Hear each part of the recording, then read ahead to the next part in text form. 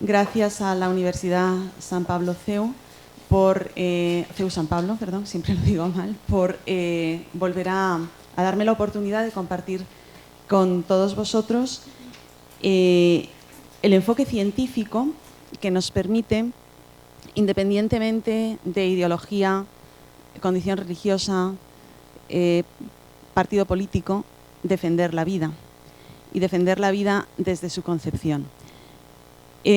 Como muy bien ha mencionado Mercedes, me parecería que el no formar a los grandes para defender a los pequeños sería una omisión francamente grave y creo que, bueno, pues que esta universidad os ofrece una oportunidad de oro con este congreso y con actividades similares que se organizan para adquirir formación en algo que necesariamente no cabe, ¿no?, en la enseñanza reglada de las materias que vais cursando, pero que sin embargo son cuestiones que se os van a presentar delante en vuestra vida profesional. Como médicos, no sé si además hay biotecnólogos en el aula. ¿Los hay? ¿Solo médicos? Pues como médicos lo vais a tener que afrontar.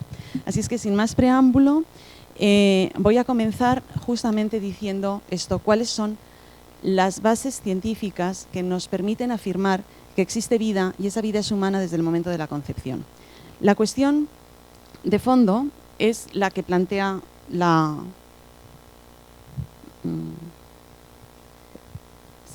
que plantea esta pregunta en inglés: ¿cuándo y cómo comienza el desarrollo de una vida humana? Todos saben en la audiencia que en la reproducción sexual humana hay dos actores, los gametos femenino y masculino, el óvulo y el espermatozoide. El espermatozoide fecunda el óvulo y se genera un embrión de la especie humana en estado unicelular que se denomina cigoto. Este embrión en estado unicelular contiene una dotación cromosómica que es 46 cromosomas, si no hay alguna patología cromosómica, que es la dotación específica de la especie humana, y en él están contenidos, al modo en que pueden estarlo en un ser unicelular, los 250 tipos celulares y los 120 tipos de tejidos que configuran al individuo de la especie humana.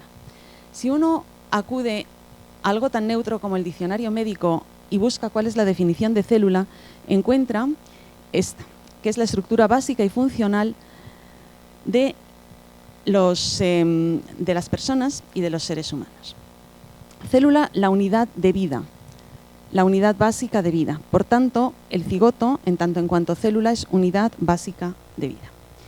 Por otra parte, sabemos que en el genoma de la especie humana están integrados en su ADN una serie de genes y una serie de secuencias génicas. Y sabemos también que existe una familia de secuencias génicas que se llama ALU, que si bien se caracterizaron antes de esta publicación en la revista Genomics, esta es la publicación más robusta que establece la relación directa entre estas secuencias ALU y la pertenencia a la especie humana de aquellos que portamos las secuencias ALU. Y tan robusta es esta publicación que, de hecho, en análisis forenses, por ejemplo, en los que se estudian restos biológicos, por ejemplo, en el escenario de un crimen, la presencia en restos biológicos de estas secuencias ALU permite establecer que ese residuo biológico, este resto biológico, pertenece a un individuo de la especie humana. Son 7000 estas secuencias ALU las que tiene el hombre y no están en otras especies evolutivamente muy cercanas al hombre. Por tanto, solo con lo que llevamos dicho, podemos establecer la siguiente conclusión. La célula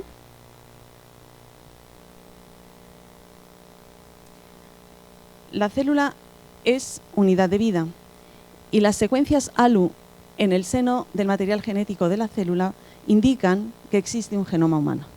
Por tanto, el cigoto, en tanto en cuanto es célula, es vida, y en tanto en cuanto posee en sus secuencias génicas secuencias ALU, es vida humana.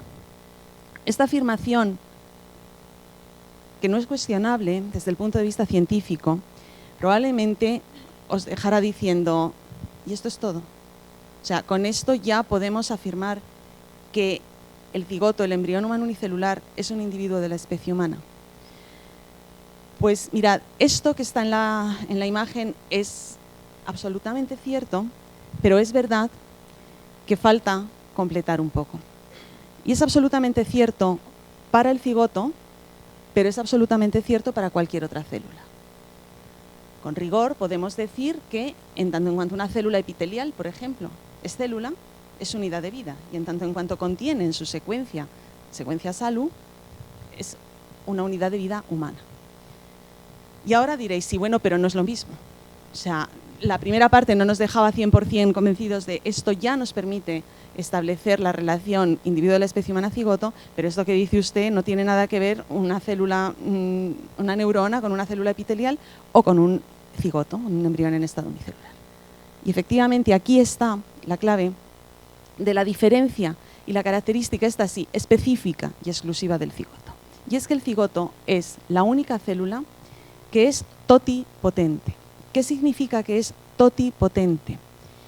Que contiene en sí misma, al modo en que un ser unicelular puede contenerlo, todas y cada una de las estructuras que configuran el individuo de la especie. Y si el desarrollo embrionario de esta célula en el útero de la madre, especialmente a partir del momento que se implanta, a partir del día 7º posfecundación, no se detiene, irá expresando en tiempo y forma cada una de las estructuras que están aquí contenidas, puesto que no hay ningún cambio sustancial a lo largo del desarrollo embrionario. Y esta característica sí es única, exclusiva y específica del cigoto. No hay otra célula que sea totipotente. Si uno introduce una célula epitelial en el útero de una mujer y espera 42 semanas que dura la gestación, no va a nacer un individuo de la especie humana. Y fijaos que esa célula epitelial es unidad de vida en tanto en cuanto es célula, contiene en su genoma secuencia SALU y es más, contiene exactamente entre comillas porque ha sufrido mutaciones a lo largo de su existencia, pero contiene básicamente el mismo genoma que contuvo el cigoto primigenio del que se originó. Y sin embargo, esa célula epitelial podrá generar en situaciones idóneas de cultivo centímetros o incluso metros cuadrados de piel, que podrá ser útil para trasplantar un quemado, por ejemplo, pero no podrá generar un individuo de la especie humana, porque no lo es, porque no lo contiene. De manera que con esta característica clave, unida al hecho de ser una célula y unida al hecho de tener secuencia SALU, se puede concluir, sí, que el cigoto, el embrión en estado unicelular, es un individuo de la especie humana. Y esto no lo cuestiona la ciencia, porque sería cuestionar la evidencia. Si es verdad que aceptando esta premisa, hay científicos que le otorgan un valor relativo al cigoto, que otorgan un valor relativo al embrión en distintas fases de desarrollo, que otorgan un valor relativo a un embrión o a un feto que es portador de una determinada patología. Pero el hecho incuestionable de que estamos frente a una vida humana no es una cuestión no es objeto de debate. Avanzamos entonces en la segunda parte de la charla sobre la reproducción humana y evidentemente me centraré en la parte o en la versión de la reproducción humana que tiene unas implicaciones bioéticas. Hoy sabemos que se puede generar un embrión humano por 3 formas: por reproducción sexual, por técnicas de fecundación in vitro y por clonación. Hoy nos vamos a detener en esta parte, que sé que ayer fue abordada en pinceladas por la doctora López Ibor a lo largo de su exposición. ¿Qué es la fecundación in vitro? Pues la fecundación in vitro supone obtener los óvulos de una mujer, los folículos ováricos maduros de una mujer por aspiración después de haber estimulado hormonalmente a la mujer, incubarlos en una placa de cultiva con los espermatozoides bien de su pareja, bien de un donante, y transferirlos o congelarlos según convenga. Dentro de la fecundación in vitro, esta forma es la fecundación in vitro convencional, la fecundación in vitro clásica, pero hay otras alternativas de las que la ISCI es la que se utiliza en la especie humana. que supone, en vez de cocultivar los óvulos junto con los espermatozoides, microinyectar el espermatozoide en el óvulo. Y en un vídeo se podrá ver esta parte de manera mucho más didáctica de lo que yo pueda explicar con palabras. La técnica, por tanto, consiste en estimular hormonalmente, en primer lugar, a la mujer. Y esto es válido tanto para la mujer que se somete a la práctica de fecundación in vitro, cuanto para la mujer que acepta donar sus óvulos. Y evidentemente en la audiencia estáis muchas mujeres que, no sé si en esta universidad, pero desde luego en las universidades públicas, sois la diana de solicitar la donación de vuestros óvulos, puesto que se busca una mujer joven, en edad fértil, y las universidades españolas están plagadas de carteles pidiendo la donación de óvulos. Solo pidiendo la donación de óvulos, y algunos son lo suficientemente osados como para poner el precio.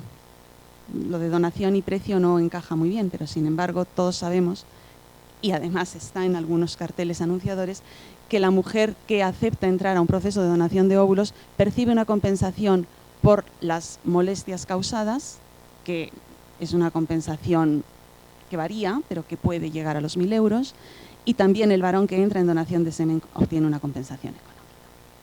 El caso es que, como todos saben en el aula, una mujer por ciclo suele generar un folículo ovárico maduro.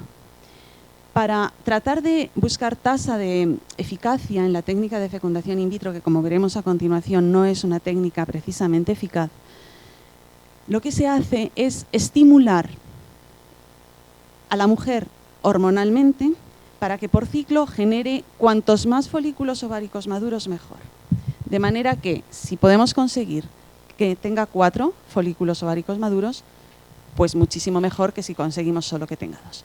Para esto se da un cóctel hormonal, se lleva a cabo una monitorización mediante ecografías transvaginales y una vez que se han conseguido los folículos ováricos maduros, se aspiran mediante una sedación leve, como muestra, creo mejor, esta imagen, este esquema, mediante una sonda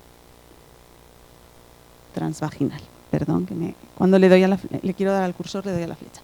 Esta sería la sonda transvaginal mediante la que se aspiran los folículos ováricos maduros que se han generado en el ovario estimulado de esta mujer. Por tanto, aquella mujer joven que se somete, o aquella mujer en edad no tan joven, o aquella mujer premenopáusica, que se somete a una estimulación ovárica, tiene que saber que lo que se va a hacer, lo que se va a llevar a cabo es este procedimiento. Y tiene que saber que este procedimiento entraña unos riesgos, y que son unos riesgos que están definidos, por ejemplo, en la Sociedad Española de Fertilidad, en la que se recoge la consecuencia más común, que es el síndrome de hiperestimulación ovárica, la consecuencia más común para la mujer tras someterse a ciclos de donación de óvulos o a ciclos reiterados de fecundación in vitro, o en ocasiones a un solo ciclo, porque los factores de riesgo para padecer el síndrome de hiperestimulación ovárica varían. ¿Qué ocurre? Pues consiste en una respuesta anormalmente elevada del ovario tras la administración del cóctel hormonal, un aumento del tamaño de los ovarios, una extravasación aguda de fluidos fuera del torrente sanguíneo debido al aumento de la permeabilidad de los vasos, que puede ir desde leve hasta severo, que puede llegar a comprometer la función de los sistemas hepáticos, hematológico, renal y respiratorio. Y pueden ustedes concluir fácilmente que cuando el compromiso de estos sistemas está, la muerte puede llegar a darse, y de hecho, desgraciadamente, yo en primera persona conozco a una persona que falleció como consecuencia del síndrome de hiperestimulación ovárica tras haberse sometido a un número alto de ciclos de estimulación. Estos son los factores de riesgo, y en esta audiencia importa especialmente este. El factor de riesgo de síndrome de hiperestimulación ovárica es mayor en mujeres jóvenes. Es mayor en mujeres delgadas, con índice de masa corporal bajo. Es mayor cuando hay embarazo múltiple. Es mayor con folículos pequeños y medianos, y es mayor si ha habido una historia previa, puesto que es recurrente, de síndrome de hiperestimulación ovárica y en ovario poliquístico. Bien, este es un hecho que ya está en los libros de medicina descrito como un síndrome. Es decir, no es una hipótesis, sino que es una realidad y que lamentablemente ni en los consentimientos informados de las unidades de fecundación in vitro siempre se recoge con esta nitidez con la que pretendo exponerlo esta mañana, ni en los consentimientos informados de las donaciones de óvulos. Hay otro riesgo, no menor, y que todavía no está 100% tipificado, pero que ustedes lo van a entender perfectamente. Cuando una mujer se somete a una estimulación hormonal, el tejido diana de esa estimulación hormonal son los tejidos ginecológicos, son ovario, útero y mama, fundamentalmente. Y las hormonas, además de hormonas, son mitógenos, es decir, son agentes que inducen la división de las células diana del ovario, del útero y de la mama.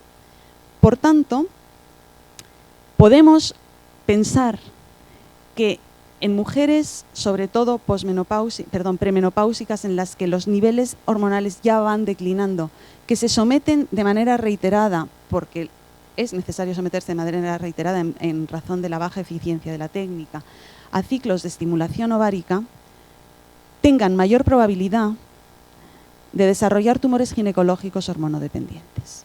Y esto son proyectos de investigación que se están llevando a cabo y que arrojarán sus conclusiones cuando se tenga la N suficiente y las investigaciones suficientes. Pero no es raro sospechar esta cuestión. Bien, pues ya se tienen los óvulos, ya se tiene el semen, se cocultiva, en la placa Petri se transfiere al útero de una mujer los óvulos. Se generan normalmente, los embriones, se generan normalmente más embriones de los que se van a transferir. En la unidad de reproducción humana asistida se buscan tasas de eficiencia de gestación y por ello el ginecólogo sabe perfectamente que el someter de forma reiterada a la mujer a ciclos de hiperestimulación no es bueno para la mujer. Entonces intenta obtener el mayor número de folículos ováricos maduros con el menor número de estimulaciones y una vez obtenidos los óvulos trata de fecundar el mayor número posible y así se obtienen un número de embriones en principio superior al que se va a transferir. ¿Cuántos embriones se transfieren? De acuerdo a nuestra legislación, no se regula, pero de acuerdo a las unidades de reproducción humana asistida se transfieren entre 2 y 3 embriones. ¿Y qué se hace con el resto? Se congelan. Y veremos después las consecuencias de la congelación de embriones. ¿Y por qué se congelan? Pues se congelan para preservar a la mujer de volver a someterla a otro ciclo de hiperestimulación cuando desee volver a tener descendencia. De manera que una mujer que entra en este proceso tiene, por una parte, un número de embriones frescos, que así se denominan en el lenguaje de la reproducción humana asistida, de los cuales hasta un máximo de 3 se van a transferir y el resto se van a congelar. Tendrá unos hijos en fase embrionaria en el congelador y otros que se le habrán transferido. Y me preguntarán, ¿y por qué se transfieren 3 o 2 y no 1? Pues la razón, de nuevo, es buscar la eficacia de la técnica. Cuando una mujer queda embarazada por reproducción sexual normal, desde que el espermatozoide fecunda el óvulo, se establece un diálogo materno-fetal molecular que es apasionante. El embrión empieza a expresar en su superficie moléculas de anclaje, fundamentalmente de la familia de las secaderinas, que le permitirán anclarse, anidar en el útero de su madre. Y la madre, como respuesta a esta expresión de moléculas de anclaje del embrión, expresa los receptores para ellas, de manera que el proceso de anidación sea fácil. Cuando el embrión se genera en una placa de cultivo, expresa sus moléculas de anclaje, pero la madre está en su casa, no puede recibir estas señales moleculares y no puede expresar los receptores para acogerlo. Por tanto, cuando el embrión se transfiere a la mujer, el útero de la mujer no es tan receptivo como lo habría sido en un proceso de fecundación por reproducción sexual normal. Y la tasa de aborto espontáneo es muy alta. Si el embrión no va en solitario, va acompañado por uno o dos de sus hermanos, la parte que expone a la madre al útero de la madre es menor, porque entre uno y otro se protegen y así la posibilidad de rechazo y la posibilidad de aborto espontáneo baja. Esa es la razón por la que se transfieren 2 o 3 embriones. Las consecuencias de la donación de óvulos y de la donación de semen, entre otras, son la generación de bancos de las 2 células gaméticas, la remuneración por esta cuestión. Avanzamos en lo que ya he comentado. La transferencia. Y me detengo en esta parte de la transferencia de embriones que ya he comentado, pero que voy a ir sobre ella en la diapositiva. Se determina el número de embriones a transferir en base a lo que acabo de comentar. Se seleccionan los de mayor calidad.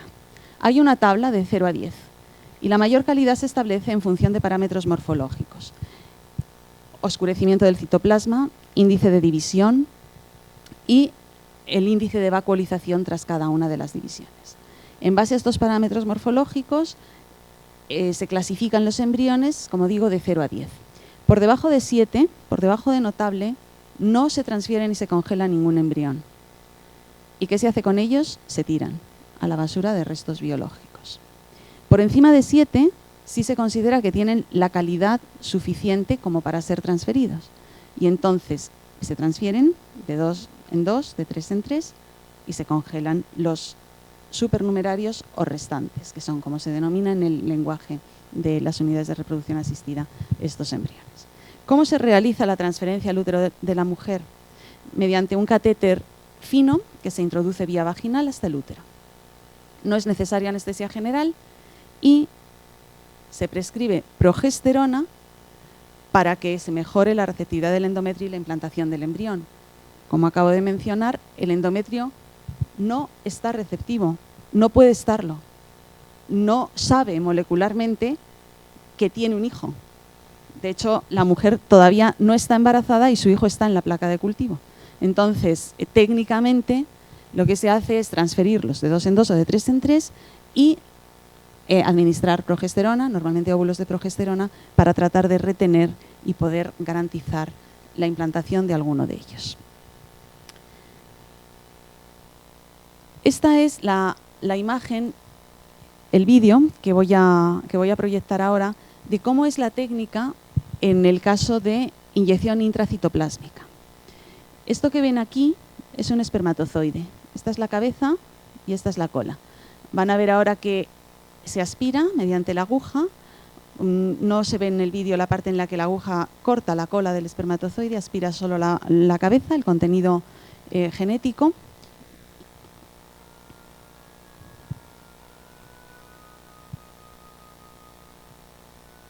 ¿Ven ahí la cabeza del espermatozoide?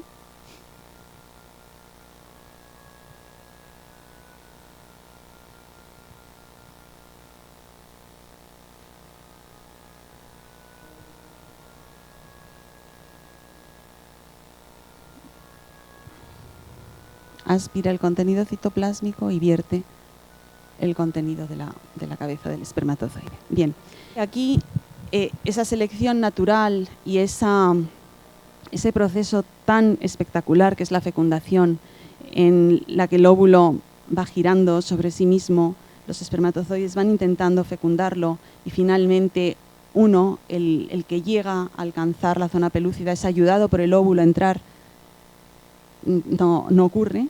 Es evidente que un espermatozoide que no habría sido capaz de fecundar al óvulo, porque si hubiera sido capaz, si hubiera utilizado la técnica convencional, es forzado, es inyectado en el interior del óvulo para tratar de fecundarlo. Bueno, pues avanzo en darles algunos datos de la Sociedad Española de Fertilidad, del informe de Sociedad Española de Fertilidad. Está por salir el de 2016, suelen sacarlo cada 2 años, o sea, en 2018 veremos el de 2016, pero todavía no ha salido. De manera que me remito a los datos del informe de la Sociedad Española de Fertilidad del año 2015. Sobre lo que quiero llamar su atención de todas estas cifras, el informe está en la web y lo pueden consultar en detenimiento si les interesa, es que anualmente se vienen tratando 27.800, 27.700 pacientes, mujeres, para técnicas de fecundación in vitro. Y de estos tratamientos, pues se llegan a producir unas 9.800 gestaciones con una tasa de nacidos vivos de unos 7.530. Por si han olvidado las matemáticas, aquí están los porcentajes. Independientemente de que sea fecundación in vitro clásica, ICSI o mixta, las tasas de nacimiento están en torno al 22, 23%, 24%. Esta es la eficacia de la técnica. Esto implica necesariamente que la mujer no se somete a un solo ciclo de estimulación ovárica, y estas son las tasas de eficiencia. Las tasas de eficiencia de una estrategia que nuestro sistema sanitario público recoge como una terapia, porque si no la recogiera como una terapia no podría estar en la cartera de oferta de servicios de la sanidad pública, y que a mí me gustaría, porque la bioética está llena de eufemismos, llamar vuestra atención sobre el hecho de que no lo es. A la fecundación in vitro acuden mujeres o varones o ambos que tienen un problema de fertilidad o que son infértiles. Y la fecundación in vitro no cura la infertilidad. Procura la descendencia en el 24% de los casos, en la mejor de las hipótesis, pero no cura la infertilidad. Y creo que esto, como médicos, es importante que, bueno, que os acostumbréis a reflexionar sobre estos eufemismos tan habituales en bioética. Interrupción voluntaria del embarazo. A ver, el embarazo con un aborto no se interrumpe, se finaliza sin posibilidad de continuidad. Y una interrupción supone detener algo que puede continuar. Y de estas hay muchas, muchas en el ámbito de la bioética. Entonces creo que es muy importante adquirir esa mente crítica para saber analizar lo que se nos dice. Hemos visto algunas implicaciones sobre la madre. Veamos algunas implicaciones sobre los embriones. Con la cuestión de la fecundación in vitro ocurre algo curioso, y es que no se han hecho los ensayos previos en animales como para saber si los individuos generados por fecundación in vitro pueden llegar a tener alteraciones graves. Y sabemos todos lo que es la epigenética, ¿verdad? Esta parte de la genética que estudia esas modificaciones en el material genético que regulan la expresión de genes sin alterar la secuencia de las bases. Y sabemos que la regulación epigenética tiene fundamentalmente parte durante la formación de los gametos, la fecundación y las primeras etapas del desarrollo embrionario, que son justamente los puntos en los que la fecundación in vitro incide de una manera notable. Por tanto, no sería extraño plantear que pudiera haber alteraciones epigenéticas como consecuencia del proceso de fecundación in vitro.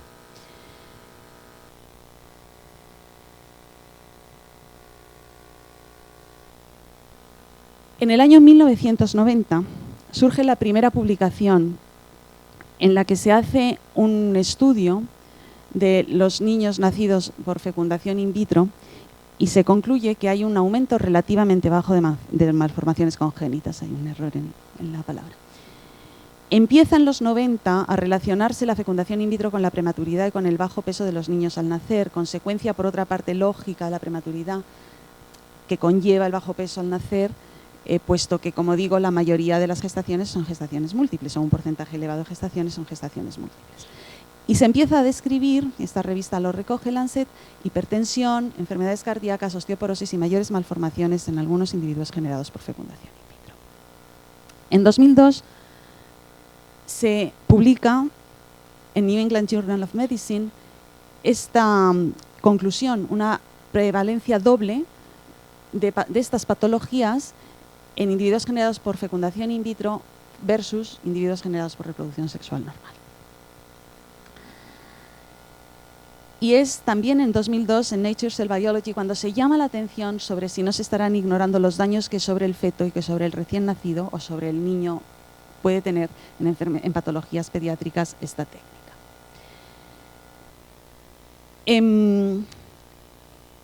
He traído aquí, luego os lo enseño si queréis, el listado de publicaciones que existen ahora mismo recogiendo relación directa entre individuo generado por fecundación in vitro y patología. Superan el centenar a fecha de hoy. Y superan el centenar y tenemos que tener en cuenta que tenemos dos sesgos importantes a la hora de estudiar las patologías en individuos generados por fecundación in vitro.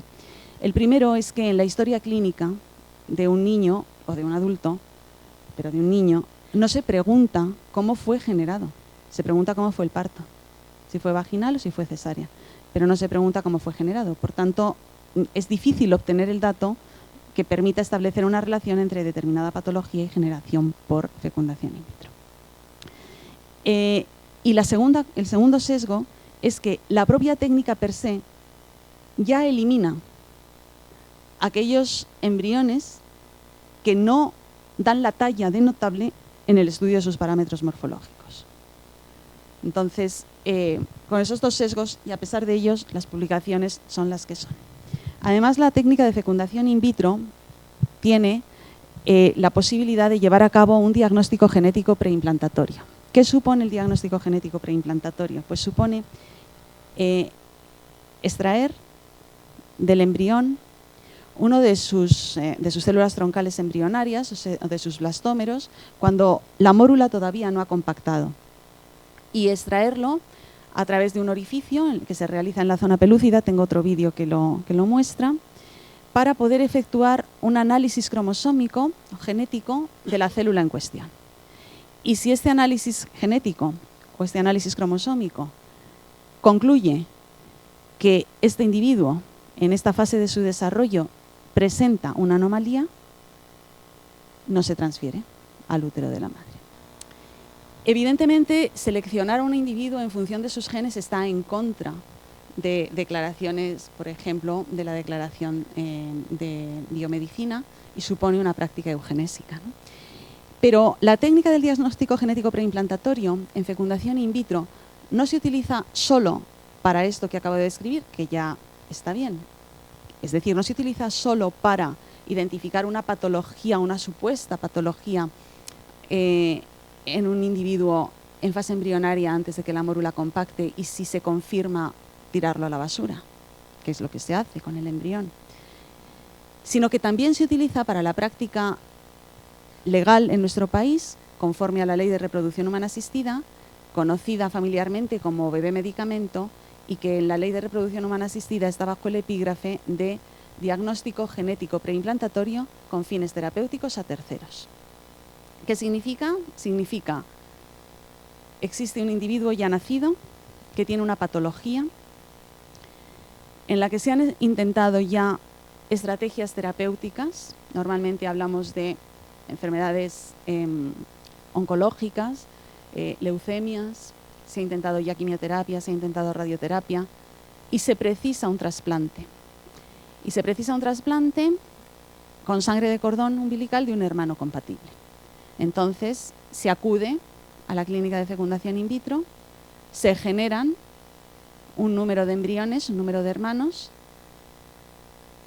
y se diagnostican preimplantatoriamente. ¿Para qué? Para saber, uno, si presentan la misma patología que el ya nacido al que se va a curar, en cuyo caso su cordón umbilical no serviría, y dos, si estando sanos, son inmunológicamente compatibles con el hermano enfermo. Y con esos dos criterios de selección se permiten hacer y se transfiere al útero de la madre única y exclusivamente aquel o aquellos que reúnen las dos condiciones, que son sanos e inmunológicamente compatibles. Esta es la práctica del bebé medicamento. Esta es la tasa de eficacia y de eficiencia de la técnica. En el año 2004, 37 embriones se generaron para que naciera un niño en nuestro país.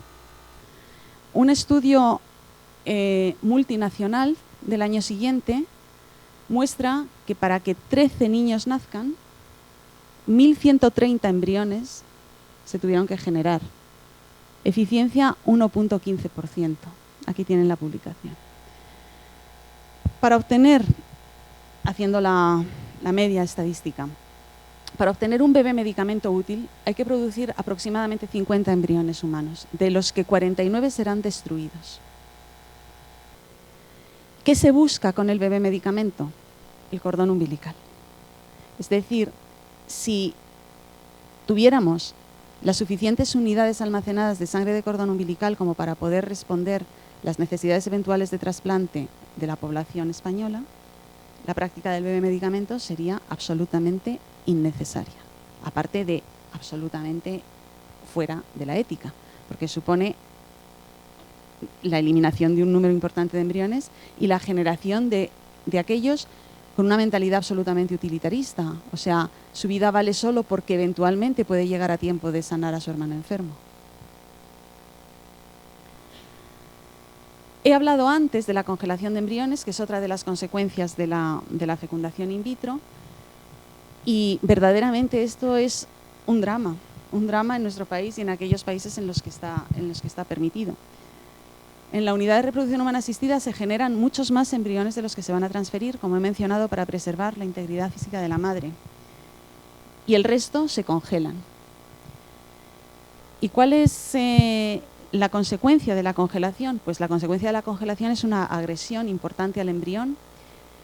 El 30% de los embriones generados se congela, de acuerdo al informe al que me he referido antes. Ahora les daré las cifras exactas del año 2015. La congelación supone una suspensión de la vida, una paralización de la actividad metabólica. El embrión se mantiene a 196 grados bajo cero, esperando un destino que nuestra legislación regula en todos los posibles. Puede hacerse cualquiera de las cosas imaginables con ellos, ahora las veremos.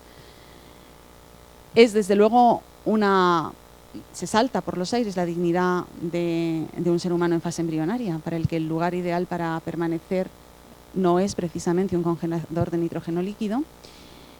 Una vez congelado, el daño de los embriones congelados está en el 30%, es decir, el 30% de los embriones congelados morirán, bien en el proceso de congelación, bien al descongelarlos o bien mientras están congelados. Y estas son las cifras de nuestro país en el año 2015. Teníamos entonces un total de seres humanos congelados en fase embrionaria que asciende a 450.100 embriones. Me parece que es una cifra tan elocuente que no cualquier cosa que diga sobre ella huelga. ¿Qué se puede hacer con los embriones congelados de acuerdo a nuestra legislación? Pues antes llamó la atención de nuevo sobre cómo se habla en materia de bioética.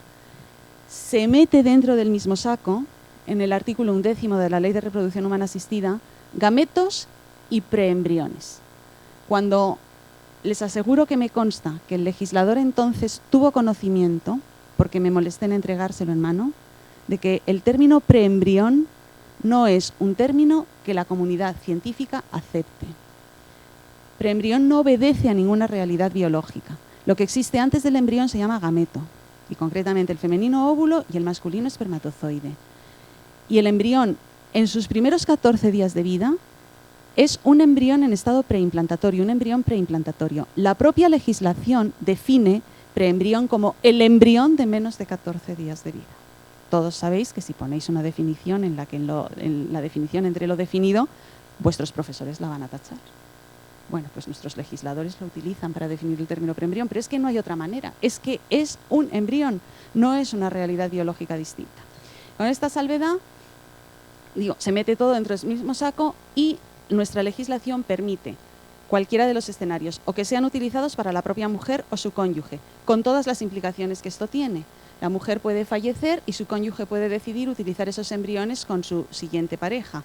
O puede haber un divorcio y entonces los embriones pueden ser utilizados por cualquiera de los dos y hay una disputa legal. Bueno, donarlos con fines reproductivos, es decir, que otra pareja, matrimonio, mujer en solitario que desee gestarlos, pueda gestarlos. Donarlos con fines de investigación, con su consecuente muerte, que supone el desmembrarlos, destruirlos y obtener sus células troncales embrionarias para investigar con ellas, o sencillamente parar su congelación sin otra utilización, matarlos, descongelarlos y matarlos. Y el último tema, o una de las últimas consecuencias de la reproducción humana asistida, que es la maternidad subrogada, que pensé que sería interesante abordar, puesto que está de moda en nuestro país este debate actualmente. Entonces voy a ir rapidito porque yo me tendría que callar a y media para que haya preguntas, ¿no? Bueno, pues voy a ir muy rápido. La maternidad subrogada supone el hecho de que una mujer que se somete a un proceso de fecundación in vitro acuda a otra para que geste a su o a sus hijos. De manera que es necesario establecer un contrato entre las dos partes. La contratante, que es la mujer en solitario, la pareja que se somete al proceso de fecundación in vitro, y la contratada, que es la que aporta el útero para gestar a este embrión. La cuestión es si se puede asemejar el cuerpo de una mujer a una incubadora. Si se puede alquilar el cuerpo humano. Si puede ser objeto de un contrato la condición de ser padre o madre. Y si el hijo puede ser el objeto de transacción en el contrato mercantil que se establece entre las partes contratantes.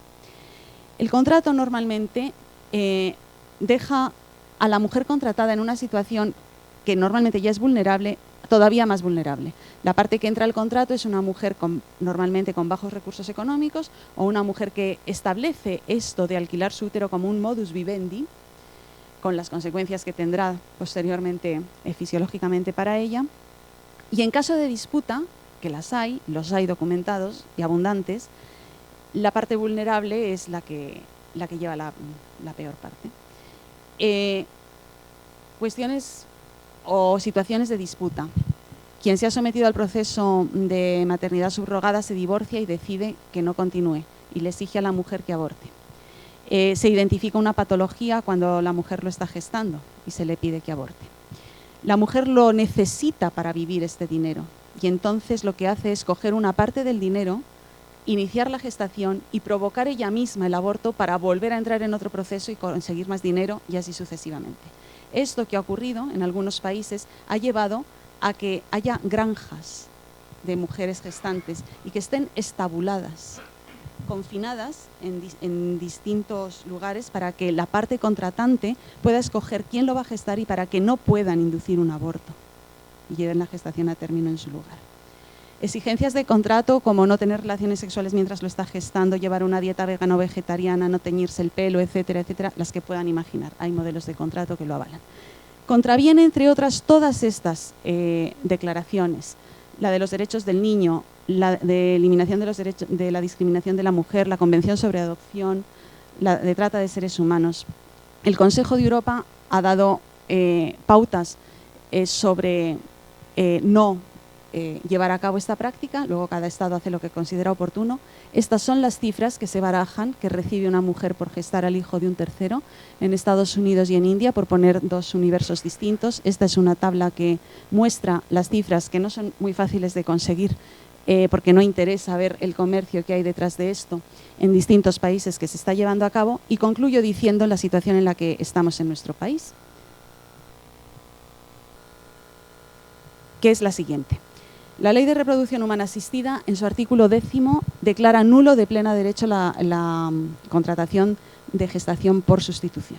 Es decir, en España no se puede llevar a cabo la maternidad subrogada. A nivel nacional, en el año 2015, UPyD presentó en el Congreso una proposición no de ley para crear un marco regulatorio para la gestación subrogada, que no progresó porque el Partido Popular y el Partido Socialista votaron en contra. Un año después, en el año 2016, en la Asamblea de Madrid, fue el Partido Ciudadanos quien planteó una proposición no de ley. Y en esta ocasión el Partido Popular cambió de opinión y se abstuvo y votó en contra Podemos y el Partido Socialista. Y por eso no progresó la ley.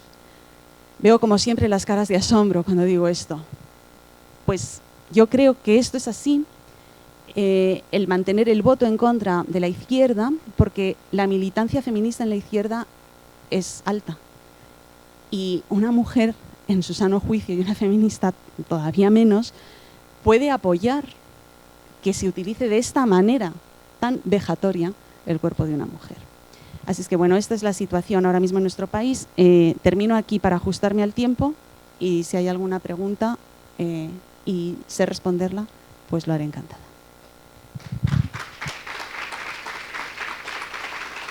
Yo no soy jurista, la verdad, y no sé técnicamente explicarlo, pero sí sé la finalidad de la proposición no de ley.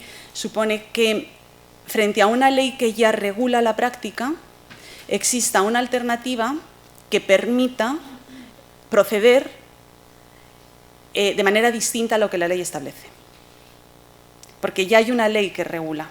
Entonces, la proposición es no de ley. No es una ley, sino una modificación sobre la ley que lo regula que permita llevarlo a cabo. Pero vamos, si hay algún jurista en la sala que pueda puntualizar más.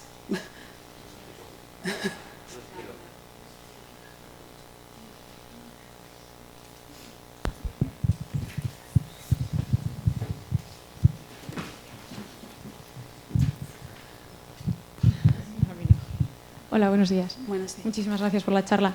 Quería preguntarle que el vídeo tan impresionante que nos ha puesto del espermatozoide que se implanta en el óvulo, ¿esos espermatozoides son analizados para que sean todos viables? Quiero decir, porque todos sabemos que los espermatozoides, pues muchos no son viables y que llevan carga genética errónea. Entonces, esos son, me imagino que son analizados. No es así. A ver, la inyección intracitoplásmica, la ISCI, está indicada cuando existe la patología de la infertilidad en el varón y normalmente lo que ocurre es que o tiene un bajo o genera un bajo número de espermatozoides o son espermatozoides que tienen alguna alteración, por ejemplo, un bajo contenido mitocondrial que no les permite tener la energía suficiente como para nadar hasta alcanzar el óvulo. Entonces, se sabe que existe esa patología ya en el espermatozoide y no obstante es el espermatozoide que se utiliza. Entonces lo que se hace es que se obtienen los espermatozoides del varón, in vitro se corta con un golpe seco a nivel de la cabeza del espermatozoide y se elimina la cola, que en un proceso de fecundación normal habría eliminado el espermatozoide al ser capturado en el óvulo, y se introduce la cabeza donde va el material genético nuclear. Pero se sabe que se está forzando la fecundación con un espermatozoide que no habría sido capaz de fecundar de forma natural y que esto se está transmitiendo a las generaciones, es decir, se está perpetuando, si está en la carga genética nuclear, la patología de infertilidad. Ya que lo dice, si se sabe, o sea, ¿hay estudios ya sobre la infertilidad en los niños nacidos por fecundación in vitro? No la hay. Muchas gracias. Nada.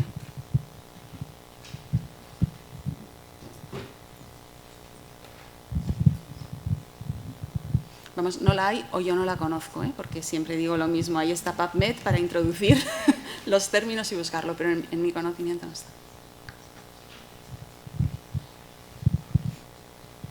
Es impresionante la conferencia que has impartido, te agradezco de corazón tu claridad.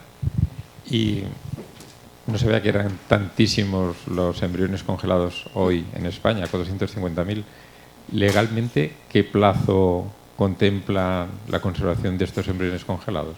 Pues la cuestión es que hubo un plazo de 3 años, pero depende un poquito de lo que decida cada persona que se somete al proceso, porque quien decide sobre ellos es quien se somete al proceso, independientemente de que sean embriones generados con gametos de donantes o no.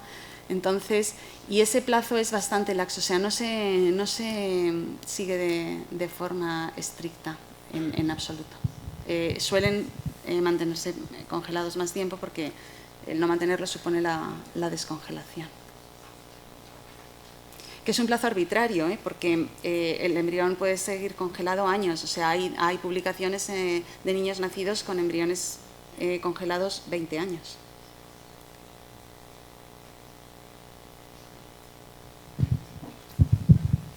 Mónica, muchas gracias por tu conferencia. Me gustaría hacer hacer una reflexión, a ver si tú puedes incidir un poco en esto o aclarar.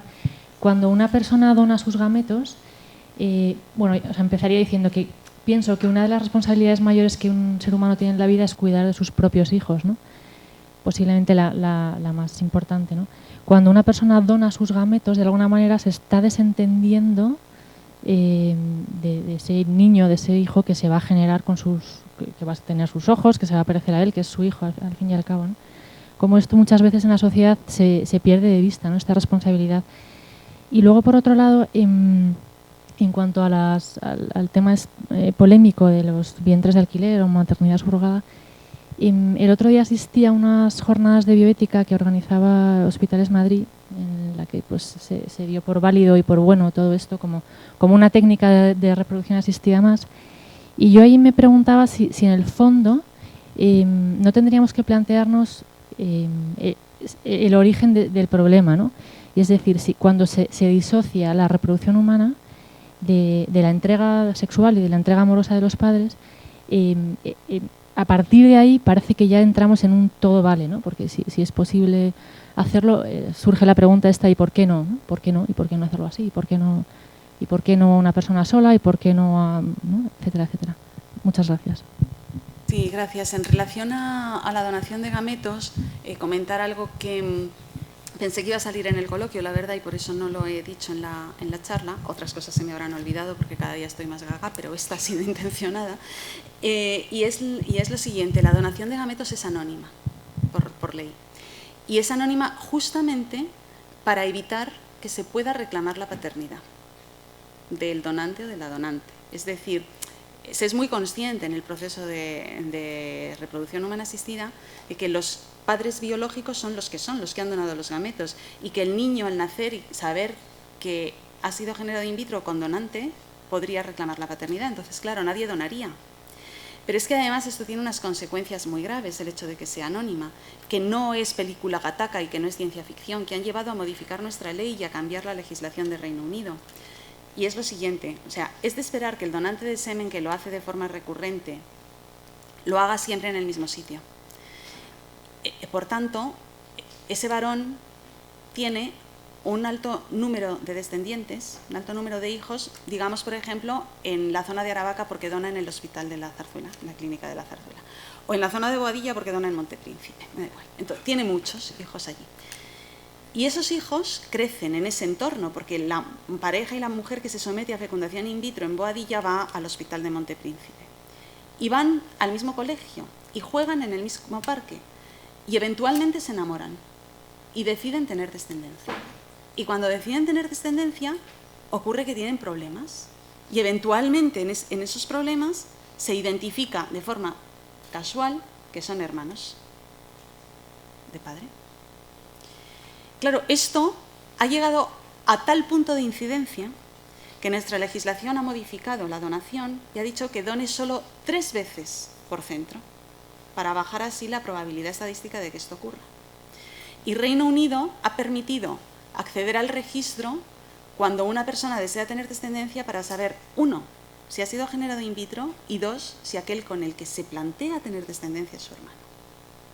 O sea que este es el tema del anonimato de la donación de gametos y este es el tema efectivamente de esa renuncia implícita a la responsabilidad de paternidad donando aquella parte de tu cuerpo que son tus gametos que permite ser padres a otros.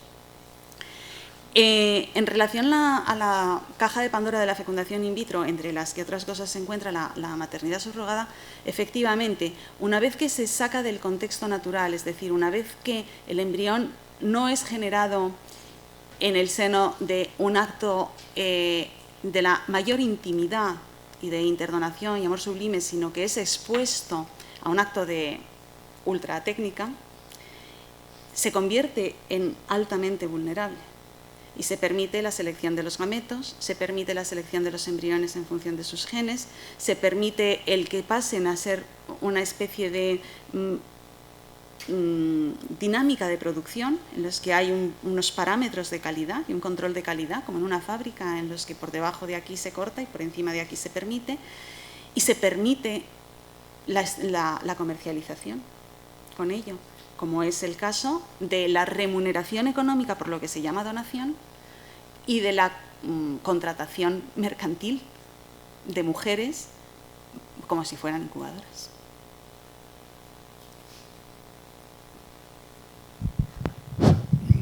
Yo quería decir dos cosas. Primero,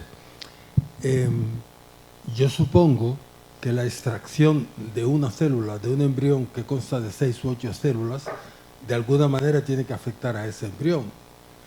Yo no sé si usted conoce algunos trabajos sobre el tema.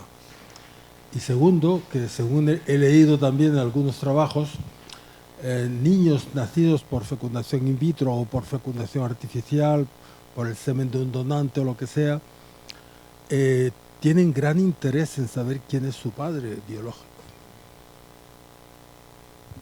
Bien, respecto a la primera pregunta, tiene usted toda la razón. Efectivamente, luego si queda, no queda tiempo, pero bueno, efectivamente es una técnica muy agresiva en la que un porcentaje elevado, según la literatura que usted mire, va a encontrar el 86%, perdón, el 80 y tantos por ciento, el 60 y tantos por ciento, dejémoslo en que el 70% de los embriones que se someten a diagnóstico genético preimplantatorio mueren. Ahora bien, el que continúa y continúa bien.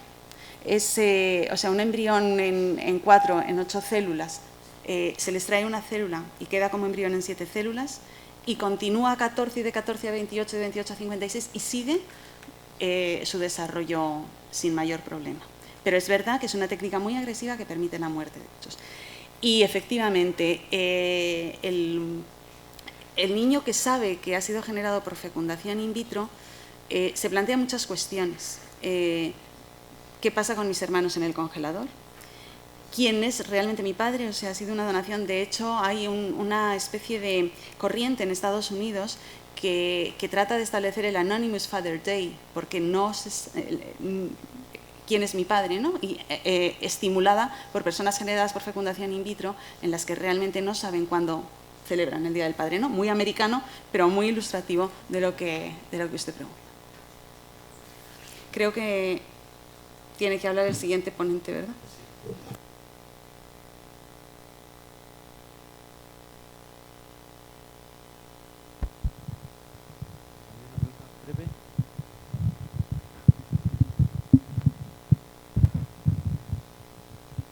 Pues, a ver, más que una pregunta sobre el tema, es una pregunta sobre su opinión. O sea, teniendo en cuenta que la ciencia y la medicina siempre trata de mejorar la vida, incluso a veces de forma artificiosa, que se sale totalmente de los métodos naturales, en vez de intentar eliminar estas técnicas que en el fondo, vale, sí, están luchando contra una traba natural del ser humano, pero que en el fondo están permitiendo que unas familias que realmente quieren un hijo puedan tenerlo, que me parece que es de las cosas más maravillosas que hay.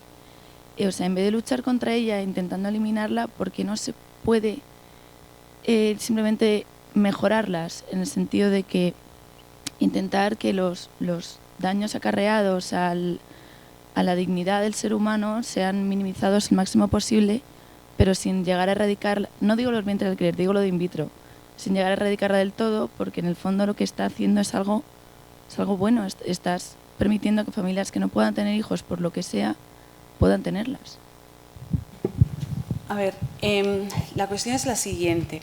Cuando o sea, yo creo que hay un error de fondo, ¿no? Cuando en primer lugar, los hijos no son un derecho, son un don. Entonces, si se entiende la maternidad y la paternidad como un derecho, claro, se lucha a lo bestia por la consecución de ese derecho. A lo bestia quiero decir con todas las armas, ¿no? Y entonces se empieza a cambiarse el orden de las prioridades que deben ser moralmente legítimas.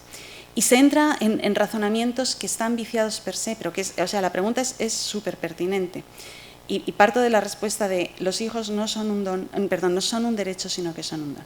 Entonces, cuando una mujer que quiere tener un hijo, es que yo quiero tener un hijo, y lo que estoy haciendo es tratar de tener un hijo, que es algo maravilloso. Sí, pero es que tener un hijo no es un derecho. Entonces, si entras en este proceso para tener un hijo, estás poniendo en alto riesgo de muerte a otros que son tan hijos tuyos como ese que vas a tener. Porque la técnica en sí mismo es así, en el momento en que se saca del contexto natural. Evidentemente que si se hubiera podido hacer de otra manera, se habría podido hacer de otra manera, porque el investigador y el ginecólogo no tiene como objetivo primario machacar a la mujer que se somete al proceso de fecundación in vitro y cargarse el altísimo número de embriones que mueren en el proceso. Pero parte de la cuestión de que el hijo no es un derecho, es un don. Mirad, yo os voy a decir algo. Hay muchas maneras de ser madre. Hay muchas maneras de ser madre. Yo tengo la inmensa suerte de reunir en mi persona las tres posibles. Mi primera hija es biológica. Mi segunda hija es adoptada. Y mi tercer hijo está en acogida permanente. Y os puedo garantizar que las tres formas de maternidad son igualmente maravillosas. Y que si no hay la posibilidad de tener descendencia de forma biológica, existen miles de niños que necesitan una familia adoptiva. Y existen en la Comunidad de Madrid miles de niños que se pudren en los centros de acogida porque no hay familias de acogida para ellos. Entonces, si ese deseo de maternidad no es solo por una satisfacción personal, sino que lo que realmente se busca es el bien del menor, existen las formas de satisfacer y de conciliar las dos cosas.